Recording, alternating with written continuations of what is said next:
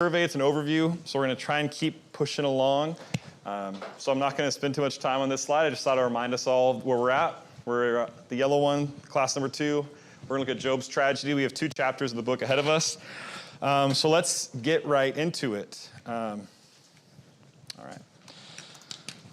Job's tragedy. All right, because I'm going to start off by reading. Can I get a volunteer actually to read verses 1 through 5 of chapter 1? Someone would like to read Job 1, 1 through 5 for us? Go ahead, Mark. There was a man in the land of Uz, his name was Job, and that man was blameless, upright, fearing God, and turning away from evil. 7 sons and 3 daughters were born to him. His possessions also were 7,000 sheep, 3,000 camels, 500 yoke of oxen, 500 female donkeys, and very many servants. And that man was the greatest of all the men of the East. His sons used to go and hold a feast in the house of each one on his day. And they would send and invite their 3 sisters to eat and drink with them. Verse 5, when the days of feasting had completed their cycle, Job would send and consecrate them, rising up early in the morning and offering burnt offerings according to the number of them all. For Job said, perhaps my sons have sinned and cursed God in their hearts.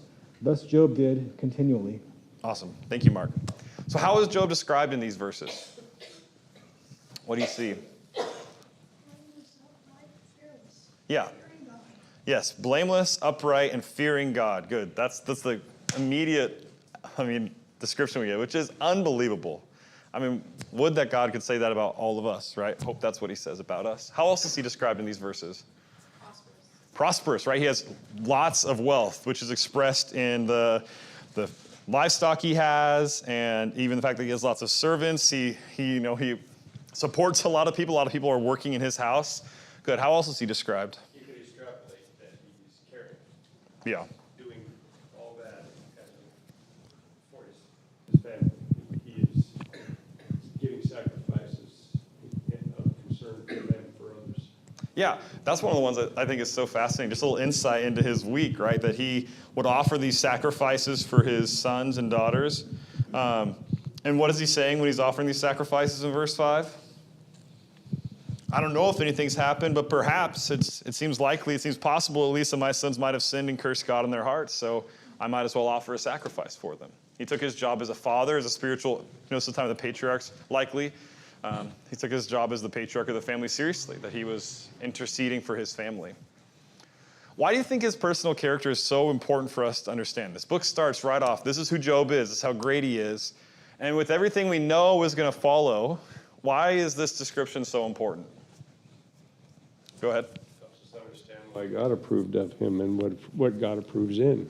Yeah, so there's that where it's like why God approves of him and what God approves in. And what's going to follow the rest of this book, most of this book?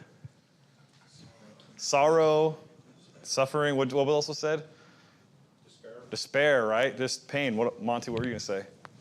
Oh, I was saying he's going to endure accusations. Yes, and specifically right. He's going to endure most of the book is him enduring accusations that are baseless.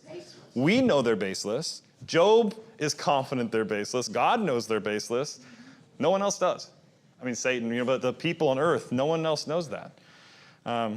We have to be careful because while we get the insight into Job's character and his heart, if we saw this man in our lives, we might make the same conclusions his friends did, because he was doing so great, and he had such a calamitous fall that everyone looking on had to see the hand of God in it. But we know, this is one of the things we know, that Job's suffering is not a consequence of his personal character.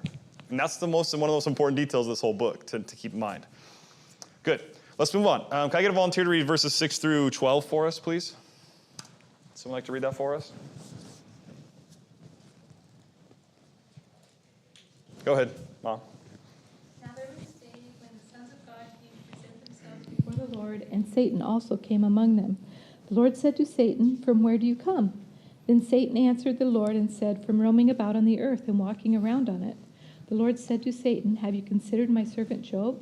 For there is no one like him on the earth, a blameless and upright man, fearing God and turning away from evil." Then Satan answered the Lord, "Does Job fear God for nothing? Have you not made a hedge about him and his house and all that he has on every side? You have blessed the work of his hands, and his possessions have increased in the land. But put forth your hand now and touch all that he has. He will surely curse you to your face. Then the Lord said to Satan, Behold, all that he has is in your power, only do not put forth your hand on him. So Satan departed from the presence of the Lord. Thank you. So what do we learn about Satan, his intentions and plans, and his relationship with God, relationship to God in these verses? Pretty broad question. Just in general, this is an insight, right? These are basically unique passages in the whole pages of the Bible. We don't get insights like this every day reading through the Bible. So what do we learn? I mean, we need to pay close attention to this. He talks with God, right? So about his relationship with God, that there is a conversation going on, at least sometimes, right? There seems to be a convocation or a group of the sons of God, these angels. It seems like God's servants, his ministers, his messengers are gathering before him. And it seems like they might all have different jobs, right? There's a lot of details that we don't get full descriptions of, but Satan certainly has a job here, right? So he has to talk with God, involved with that. So they have a relationship like that. What else do we learn about Satan and his intentions and his plans and his relationship with God? Mark? He walks to and fro in the earth, walking up and down on it. He's there, an observer, a doer, whatever he's doing. Yeah, so he's walking all over the earth, all to and fro, observing it. Does that remind you of any verses in the New Testament? Yeah, 1 Peter 5, right? That he walks about as a roaring lion, seeking whom he may devour. So now we get kind of it's like the job description, and then the heart behind it is he's ravenous. He's looking to devour anybody, like Job, right? What else do we learn about him? Go ahead, Brett. Like I mentioned before, he knows us by name, much like God does. Yes. That's one of the most kind of hair-raising observations of this, right? That Satan knows Job by name. That should really make us, cause us to pause, right? Like we said, I mentioned this last week. One of the quotes I saw preparing for this class is that we ought to all wake up every morning praying with an awareness of the spiritual battle that we're walking into. That Satan has us specifically in his sights, and God also has us specifically in his sights as well, for us to be pleasing to him and to endure for his name's sake. But the battle is really going on in our hearts and in our lives, this cosmic spiritual battle. Good. What else? Daryl? Why do you think the Lord asked him where he was coming from? I mean, he would know, right? Yeah. That's a great question. What do you guys want to put out to the class? Why do you think that God asks Satan this question? Any thoughts? Yeah, it could be for our benefit, right? That it's like, it's kind of telling a story.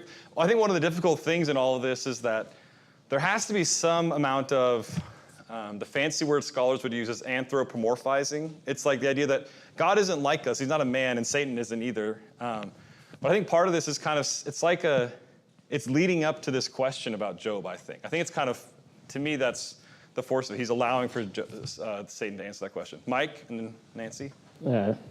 He's not willing to give God a straight answer either. Yeah. He kind of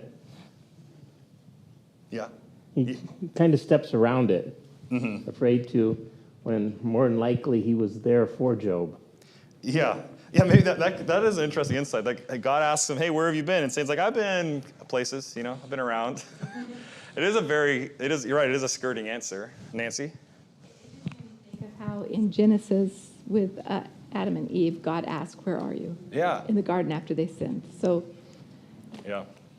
Yeah, God knows these things, but he tends to give people under his care their opportunity too, right? I think that's a good insight to this as well, that there is, God is, as much as he is omniscient, he also allows those beneath him to answer for themselves. Maria? One thing to know about this part is that Job was unaware of this entire conversation. He didn't know that he's going to be tested with all these challenges. Mm-hmm. Yeah, that's a really important observation to make, that Job has no awareness of any of this that we do. He doesn't get to read the prologue before he goes through all of that, and he doesn't know how hard his life's about to become, right? So what do we learn about God in this? There's probably more to say we learn about Satan, but what else do we learn about God? Kathy? I think it shows he's Yes, for sure. That's one of the big observations made. God is in control. He's on the throne, and these powers and spiritual forces are kind of coming to answer to him, but he's the one who's sovereign over all of them. Gene? He's also fair. Satan, as we know him to be evil, nonetheless has standing before God. Yes. And God hears his case and listens, and he's fair. Yeah, that's really interesting, right? I mean, we'll talk more about that point, but I think that's really important to see that God allows for this. And this is one of the great questions of mankind, but also of Job. Listen to this. This is a quote from one of the books I was reading. In the trial at law, the Satan, or the Satan, whoever, or adversary, is a term for an accuser or prosecutor. And in the present context, this creature's cynicism fits him to produce the most damning charge that can be brought. He will be no merely academic devil's advocate, but the real thing. If he can prove God's finest man a hypocrite, no one's sincerity will be credible. But if he fails in this test case with every weapon granted him, he will have shown, despite himself, that such a thing as pure, disinterested godliness indeed exists, beyond all doubt and all concealing. This is just well put. This is the stakes of the book. It's not just anybody. It's Job. He's the greatest man in his time and one of the greatest men, it seems like, to have ever lived. That's how Ezekiel references him in his prophecy.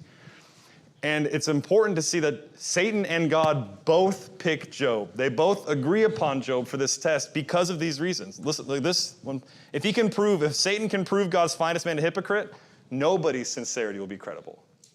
Because Job was the best. But if he fails, having nothing held back from him to do to Job, then everything, he will prove that pure disinterested godliness does exist, beyond all doubt and all concealing. What he means is he, through this test, proves to the world, to God, to all mankind, to us as well, that there is a godliness that exists with no reward on earth. And that is both awe-inspiring and awesome and terrifying as well for us, right? Because that asks a very introspective question. Well, if Job, who actually lived, had a godliness that wasn't dependent upon the rewards God gave him or the good life God gave him, what is my godliness based off of? Would I pass this same test that Job passed? That's a really hard question. That's the question of this book. So, how do you understand Satan's question in chapter 1, verse 9? He asks God, does Job fear God for nothing? How do you understand this question? What does he mean? We talked about it a bit last week, but this is kind of the most important verse in the whole book. What does that question mean? Go ahead, Judy. I think Job fears God because I know later on in the chapters, Job says, God gives and God takes away, and he realizes that. Yeah. And that, he realized, too, that he has a promise, too, from God. Mm-hmm. And God showed he showed Satan that Job was a good man. Mm-hmm. And he also knows that Job will withstand the temptations and all the trials that's going to beset him. Yeah. Satan doesn't know. Yeah. Satan doesn't, in a sense, God is teaching Satan a lesson. Yeah. I think it's a really great observation that Satan is also learning here. Satan's also got some unawareness, but God knows what's going to happen. He knows the capability of Job, right? And he knows the end of it too. But good. So about this question in chapter 1, verse 9, what does it mean when Satan asks, does Job fear God for nothing? What do you think that question means? Go ahead, Nancy. I think it means that it's easy to love someone or fear God when everything's going well. Mm-hmm. But it's when you're actually put through the fire of trials and temptations that you really find out whether your roots are deep and you're in it and you really do fear God, love him. Yes. Yeah. That's the exact question he's asking. He's implying, hey, God, of course Job serves you. You've given him all these great things. He has 10 kids, all this wealth. Who wouldn't serve you if they got that? Mike? Satan tells you put a hedge around him. Mm-hmm. But yet before that, God describes him as one that turns away from evil. Mm-hmm. I mean, Satan is still contradicting what God says. Yeah. He doesn't have to turn around. You put a hedge around him. Well, yeah. God's never promised us that. Mm-hmm. But it starts out introducing Job as one that fears God. Yeah. So the fear was there. The problems did arise in his life. He didn't have a sheltered one because he had to choose to turn away. Yeah. So, I mean, kind of a twist. Yeah. That's such a good point. I mean, he's being a great prosecutor, right? That's what he is. He's a prosecuting attorney saying, all right, you've been helping him out all this time. I can prove this case. But you're right. He is contradictory, and that's an astute observation, that in his life, God had seen him and set him to be the one who turns away from evil things. So in the book of Proverbs, the reward of the wisdom of the wise is the life Job's been living. He's been making those choices. And God designed the world. He didn't specifically bless those to Job. I mean, this gets into maybe more specific speaking on God's hand than I can do. But you're right. Like, it's not as if God arbitrarily chose him and gave him an easy life. Job chose this life because he feared God. And then he got rewarded for it. But if Satan is right about Job, that Job fears God for nothing, that Job just fears God because God's protected him and given him all these blessings, so of course Job fears God, then how do you think God ought to treat Job? That's right. If Satan is right. I know this, listen, we can't answer this question because we're not God. I'm not trying to get into a blasphemous question at all, or to suppose we can sit in judgment like God does. But I think it is interesting to think, if Satan is right, what does Job deserve? I mean, if Job just serves God because God took care of him, does that change anything, or does that change how God ought to treat Job?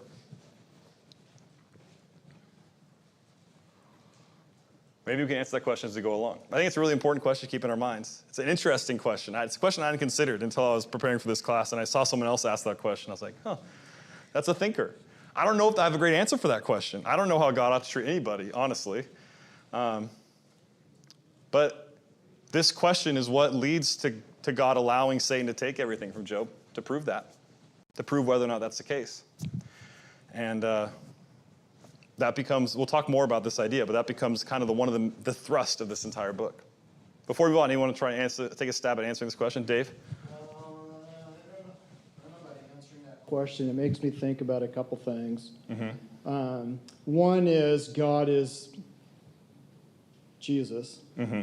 And so, how does this, tie in with, is this the first time that there's a kind of like a temptation? Because we know Jesus was tempted in the wilderness. Mm-hmm. So the wilderness wasn't the first run-in like that. Yeah. So there is, there's this, maybe you're saying Satan could have asked of Jesus, hey, does Jesus fear you for nothing, God, even though he is God? And Satan has this temptation to give him. But this is an interesting question, right? This gets to an interesting kind of point, Dave. I've forgotten the other thing I was going to say. That's why I didn't say the other. It makes me think about if your life is going great and you have all this stuff, can it be easier for you not to doubt God? And then if your life is, you just constantly get nailed with stuff over and over again, is it easier to, that's kind of the things I'm thinking about. Yeah. That's the question, right? And go ahead, Adam, that's great. I think that's the question of this entire book. Like, how does our possessions and how does the kind of the direction or the line graph of our life, how does that dictate our faithfulness or our relationship with God? Does it? Ought it to dictate that? Should God treat us differently based off of the things he's given us? Or can he treat us differently outside of the blessings he gives? I think he can, but I think these are the interesting questions. Adam? Well, I would say that God would treat him with mercy. Mm-hmm. I think you're right, he would. And that's what we're going to see. I think we'll see throughout this that God is gracious and merciful, but also it's going to be if you read what's going to happen to Job, you're not going to necessarily think that, first of all. Let's keep moving. There's so much to say here. And that was a big thinking question, I know, introspective. So I want to keep moving. I do want to read some, but I'm torn. But in verses 13 through 19, I remember verse 12, God said to Satan, all that Job has is in your power. So Satan departed from the presence of the Lord. And in verse 13, he starts to take everything from him systematically. He takes his children, he takes his wealth and his livestock, he takes so much from him. All these calamities strike at the same exact time. And while we know that Satan is behind all of Job's losses in these verses, how do you think Job would have seen them? Maria, you commented on this a little bit already. But Job doesn't have the prologue like we do. How do you think Job would have seen these things? On one level, he would have been obviously there's no word for it, right? Speechless and bereaved and all sorts of difficult, heavy emotions. But what conclusions do you think Job might have drawn on this day? What do you think he might have thought about that? If he had a journal entry for this day of his life, what might he have written? Adam? Probably where he thought, where he went wrong. Yeah. Where, because back in those days, where did he sin? Yeah. I think you're right. I think one of the big questions Job might have asked is really rack his brain and go through, what did I do to deserve this? Which I think is a question we all would ask. Do I deserve this? Did I do something to deserve some special divine punishment? And so maybe if he was writing a journal entry that day, he would have written, trying to rack his brain. What did I do? Maybe it was this, maybe it was that. Did I say this wrong? Did I do that wrong? Where was it along my path? What did I do to deserve this? How else do you think Job might have seen that? Is there any other thoughts? Go ahead, Thad. I might be in a different translation, but I found it interesting that one of his messengers is already coming to the conclusion that God's fire fell from heaven and it burnt the sheep and servants. So like other human beings around him are saying like, this is obviously this source. Yeah. So it's like that conclusion's already being drawn. Yeah. Yeah, I think that's a good insight. That the fire of God fell from heaven in verse 16 and burned up the sheep and the servants and consumed them alone. And there's this repeated idea that I alone have escaped to tell you. Like the only ones spared were the ones who were just spared so that they could tell Job about this suffering, which all seems very divine, But again, like they're saying they're kind of pointing a finger towards God's action, God's thoughtfulness. Good. What else? How else might have Job felt? Yeah. Ahead of the. No, go ahead. He accepts it. He says, "Naked I came from my mother's womb. Naked I returned there. The Lord gave, and the Lord has taken away. Blessed be the name of the Lord." Yeah. So it's interesting and important, right? That Job's response to Judy's point and to Maria's point is that he fears God through all this, and his response is one. Naked I came from my mother's womb. Naked I shall return. The Lord gives, and the Lord has taken away. But all through this, blessed be the name of the Lord. And through all this, in verse 22, Job did not sin, nor did he blame God. So that's his response, right? It's interesting to try and think like, well, what might he have thought? But it doesn't matter ultimately, because how he responded is this way. This is his fear of the Lord came through and spoke. So what can we learn from him for our responses to tragedy? What do you think about how can his response to his tragedy maybe inform us and teach us for how we might respond to tragedy?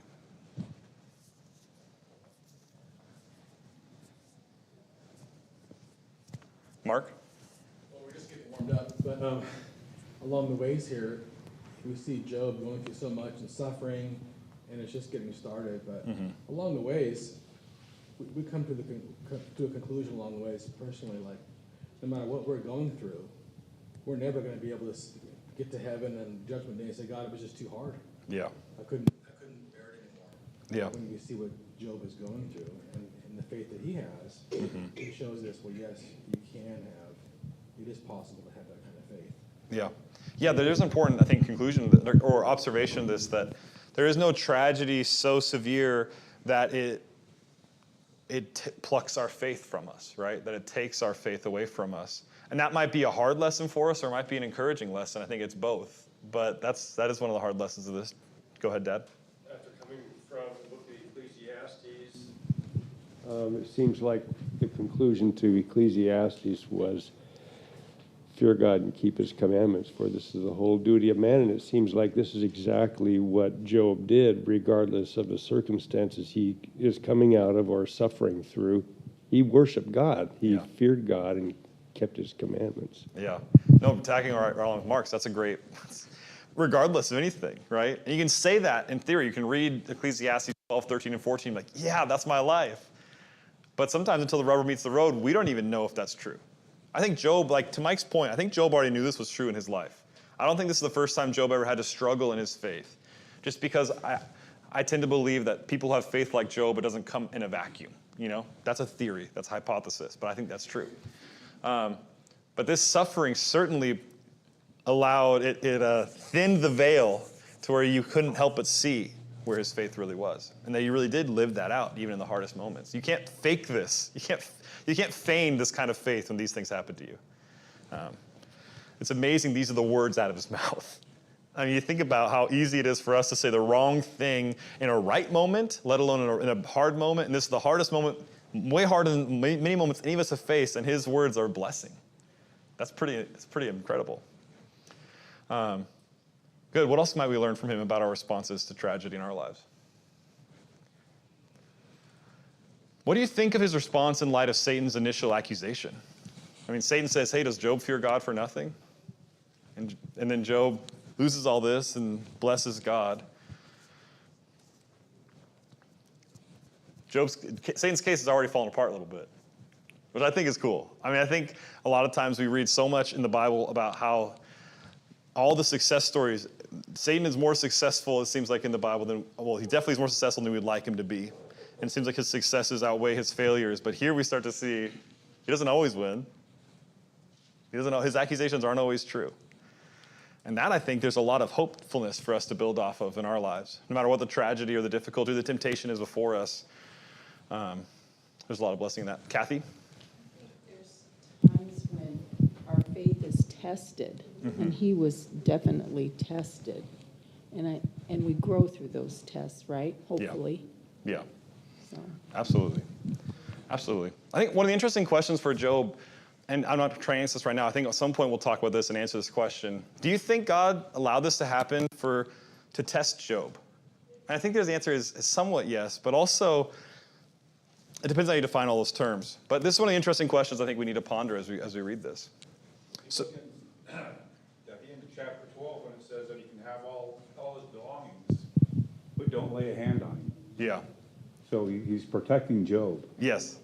Yes, he also is protecting it, right? That's one thing in the divine kind of sovereign control of everything that's going on. God does set parameters. I think what it's interesting to see that, I think that's right, that God is protecting him. Sorry, there's a lot of thoughts in my head while this. I think this is a really exciting section of text. So Satan has a second proposal, right? Again, we see this grand kind of congregation in heaven in chapter 2, starting verse 1. Again, the Lord asks the same question that Daryl pointed out earlier, and Satan gives the same answer. And God says, hey, have you considered Job? Look, nothing's changed. He's still blameless. He's still awesome. Like, everything's still going well. This is my translation. He still holds fast his integrity, although you incited me against him to ruin him without cause. God gets it, right? That's one of the important things to see into this. God understands. Even though the physical circumstances are what they are, God still knows. Verse 4, Satan answered to the Lord and said, skin for skin. Yes, all that a man has he will give for his life. However, put forth your hand now and touch his bone and his flesh. He will curse you to your face. So the Lord said to Satan, behold, he is in your power. Only spare his life. So what's Satan's second proposal to God in these verses? Make him sick. Make him sick. And what does God say in response? You can do it, but don't kill him. Yeah. These are frightening words to hear from God to Satan. He's in your power. I mean, just don't let the power of those words lose your attention. But just don't take his life. I think Satan would have been amenable to these allowances. I mean, how much would it have proven to Satan if Satan had killed Job anyway? I think both would have agreed to this because God certainly did. Why does Satan think this one will work? The first one didn't. But Satan is fairly confident, it seems, that this one, more than fairly confident, he's boisterous. This is going to work. Why is he so confident?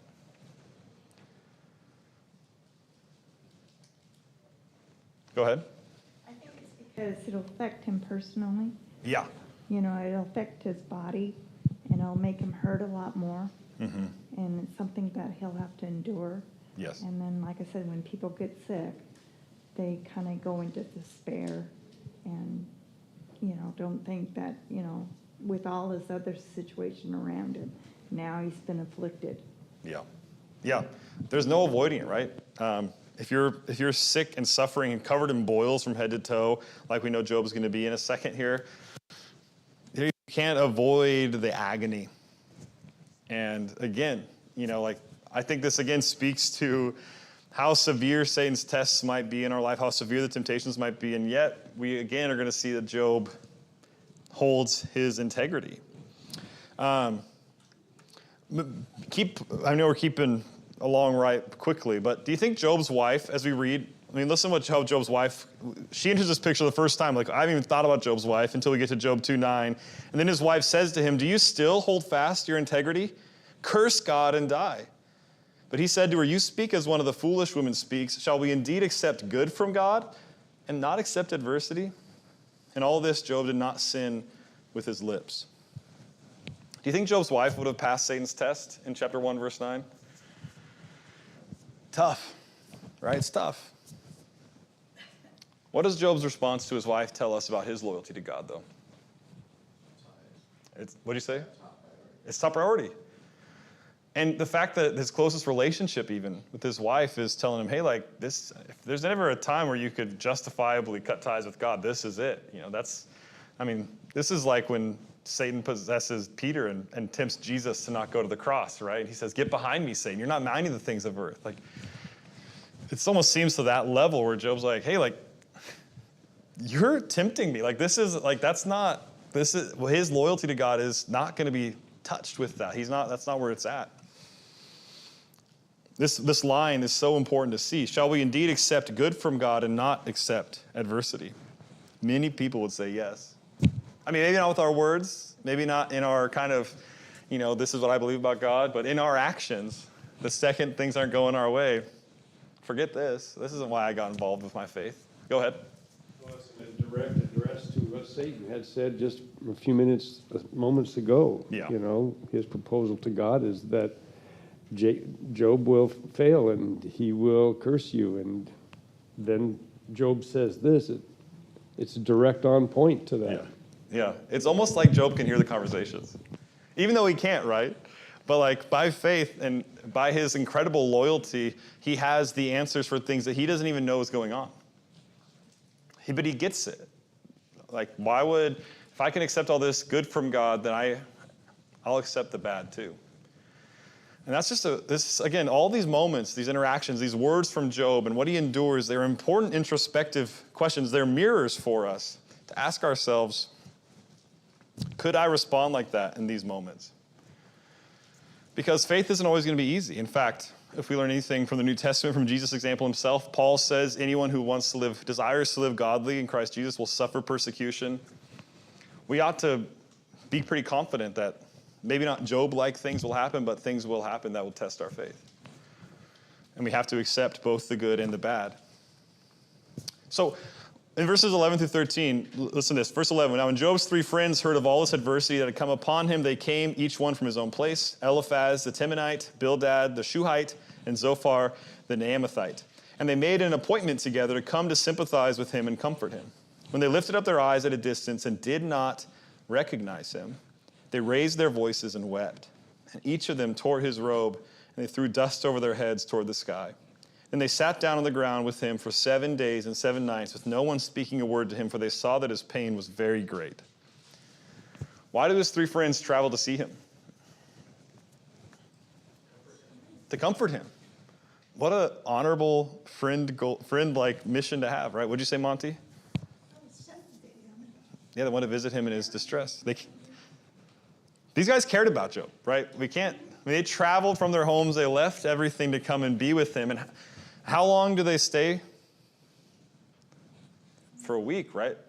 But longer, we'll see. What did they find, though, before I'm getting ahead of myself? What did they find? What did it say? They couldn't recognize him. He didn't look like Job. There's so many reasons why. He's covered in boils. It doesn't help. He's mourning in sackcloth and ashes. But also, have you ever looked at someone's face and they just look completely different because of what's going on emotionally? I don't know. I just feel like every level, Job's not Job right now. This isn't the Job we know. And how do they respond to that? Yeah, they wept. It's really important in this book, especially with what's going to happen and how quickly our opinions of these 3 men will change in this book. It's important not to miss that they care about Job deeply. which makes the rest of this book all the more painful. That these were real friends. Like they were real friends that loved Job. And yet, we're going to see them to be the worst of friends through the rest of this book. So, what might you expect? If you didn't know how this book was going to go, what might you expect them to say when they do speak? I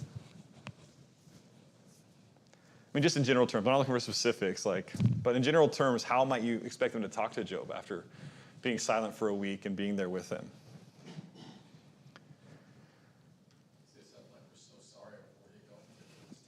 Yeah, the simplest thing would just be, hey, this is awful. I can't imagine. I'm sorry. Yeah. There's not much else to say. I can't even think of what else. There's nothing to say to someone in a situation like this. There's no words that could adequately express or make up for what he suffered.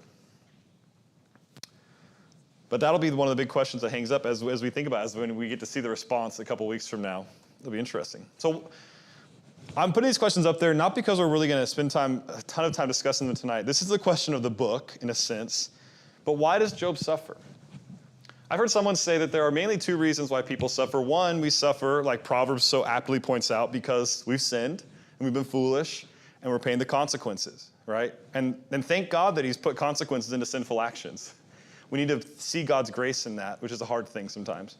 But secondly, we suffer because God is growing us. Romans 5, James 1, count it all blessings when you suffer and experience many trials. And I think the suffering of Job definitely falls under that one, but it seems a little different. Because everything that's said about Job is that he's already kind of, I don't say this about people, if it wasn't Job I wouldn't say it, but he's as practically perfect as a human can be, outside of Jesus Christ. It didn't seem like he needed a lot of growth from the reader's perspective, okay? I'm not saying he's Jesus himself or anything like that. But I want to put forth that there may be another reason or a sub-reason to the growth that is important to see, that God allows Job to suffer almost to prove to the world, to Satan, maybe even to himself, that he can love God just to love God. And I think we don't appreciate how important that is sometimes in our faith. That I need to love God just to love God because he deserves it. And if it takes God taking everything away from me in my life that I care about, that is important to me, it would still be worth it because I love God for God. And this is such a hard question and such a hard point, but the book of Job is striving to make it for us so that we don't have to suffer this to learn this point, but we still might. Because sometimes it's impossible to intellectualize and intellectually learn this point without experiencing something. But when we get to heaven, what are all the descriptions of heaven? It's like a lot of them are just for praising God, saying how holy he is and loving being in his presence. And C.S. Lewis makes this point well in the book Mere Christianity, but if we don't enjoy that at all now, why are we so convinced we'll enjoy heaven? There is something in here for us that sometimes I think it seems like one of the points of Job might be that God might send suffering our way sometimes. I have to say I don't know the mind of God completely. I don't know well at all, really. But one of the points that Job seems to make, this book, is that God will allow us to suffer so that the world and Satan, the spiritual forces, and so that we ourselves can see that loving him for just him is worth it. It's worth everything. Nancy? Well, it also reminds me of that talk we had semi-recently about the refiner's fire. Right? That being the really, really hard things we go through, it purifies our faith. Yeah. And distills it down and makes it just so much stronger and so much purer than it would be if we hadn't been through those ordeals. Yeah. Yeah, that's well put. And those I think those pictures, like in 1 Peter 1 and such like that, are really helpful. Yeah. I have a couple of quotes I want to share about this, but any other thoughts about this question? Brett? Well, what do we learn from spending this time in the books of poetry, right? Life on this earth is vain. Mm-hmm. Enjoy it if you can. Yeah. But there's much sorrow and hardness and unfairness. Mm-hmm. And don't put your faith in this life, right? Yes. I feel like this is concurrent with what we've just been going through. Yeah. Take your eyes off earth and lift your eyes to heaven, and then you're gonna bless God no matter what's happening on this earth because you understand what the reality is. Right? Yes. Yeah. No, it's well put. It does. It fits in really well with Ecclesiastes and fits in with so many of the Psalms. Yeah. Good. Here's a few quotes I really liked. They helped me, and I thought they'd help you. The last one's really long. I apologize for that, but I'm still going to read it. So by insisting that there is such a thing as innocent suffering, the author of Job is bringing a message of the first importance to the sufferer, which might be some of us today, might be some of us in the future, might have been some of us in the past. But this is the idea for us, if we suffer. The hardest part of his suffering need not be the feeling that he is deserted by God, or the fear that all men may regard him as cast out from God's presence. If his suffering may be innocent, it may not spell isolation from God. And when he most needs the sustaining presence of God, he may still have it. I think this is really important. If you're going through suffering, it does not mean necessarily, it might, but it does not necessarily mean that you have done anything to hurt your relationship with God. I think we're going to see this next week in the section in Job 3, that I think that's Job's greatest fear, is that God is displeased with him. I don't think he's afraid of anything else. I think his only fear is that God wouldn't be pleased with him. Continuing on, another quote. We may pause to note that the cause of Job's suffering was more than the Satan's or the Satan's insinuation against him. He was suffering to vindicate more than himself. He was vindicating God's trust in him. He was not so much abandoned by God as supremely honored by God. And again, the sufferer should listen that sometimes the suffering we go through isn't about us at all. And the most egotistical thing we can do when we're suffering is make it about us. Which I know sounds super insensitive to any of us who are suffering. I don't mean to be trite about that. But I think Job's example spells out that there are other things going on than just us. And I saved the longest quote for last. There's actually 2 pages to this too, which is the worst part about it. But bear with me. I'll just stay with 1 minute. What the prologue makes clear, however, is that this is indeed permission, not abdication, from God's perspective. God permits it. For in both these chapters, it is God who sets the limits of the test. The conditions are all that the challenger should desire, for nothing would be proved or disproved by Job's death. But they are of God's choosing, not his. Likewise, at the end, it will be God who calls a halt to it, as it will also be, we may add, at the end of history. At the same time, we are not spared the jolt of the words, behold, he is in your power. And if the book of Job is meant to be a window on the world rather than a door that shuts us into an old debate, such words should be read against the background of the world we know. One that has seen in our own century, this was written in the 20th century, enough divine permissions to make the blood run cold by the sight of the 6 million Jews of Hitler's Holocaust, to say nothing of the still more numerous victims of other tyrants of our time, or those natural disasters. The bereavements and sufferings of Job may look almost negligible, and his bewilderment more than matched by ours, although ours will take a different form from his. With hindsight, we may easily see through the fallacies of his friend's theology, but we are as incapable as Job himself of fathoming the mystery of what God allows and why. That's the important part. We've all seen a lot of suffering in this world. What we have, however, is a New Testament echo of the prologue, which confirms the doctrine of divine permission, but does so in the illuminating context of Christ's passion. The words are Jesus's. Simon, Simon, take heed. Satan has been given leave to sift all of you like wheat. But for you I have prayed, that your faith may not fail. And when you have come to yourself, you must lend strength to your brothers. Significantly, the Son's counterplea to that of Satan was not that the test should be forbidden, only that it should be fruitful. But further, the context of his servant's ordeal, the fact that their master himself would not be spared, supplies an element which is necessarily missing from our prologue in Job. The God who handed over Job to his torturer was no Olympian figure, content to win his victories through others. He would say in Christ to his own more hideous tormentors, "This is your hour and the power of darkness." Any thinking about divine sufferance of evil and exposure of the innocent to grief must take its bearings now from that crucial and seminal event. I could add a lot to that, but I just want to show that Christ is our answer to this. We live after the cross, and we get the benefits of Christ himself suffering for us to show us how valuable suffering can be to the benefit of the whole world. And we live in the light of that, unlike Job, which makes Job's sufferings all the more impressive, by the way. Anyway, thanks for enduring and putting up with these last few quotes. I really appreciate the discussion in the comments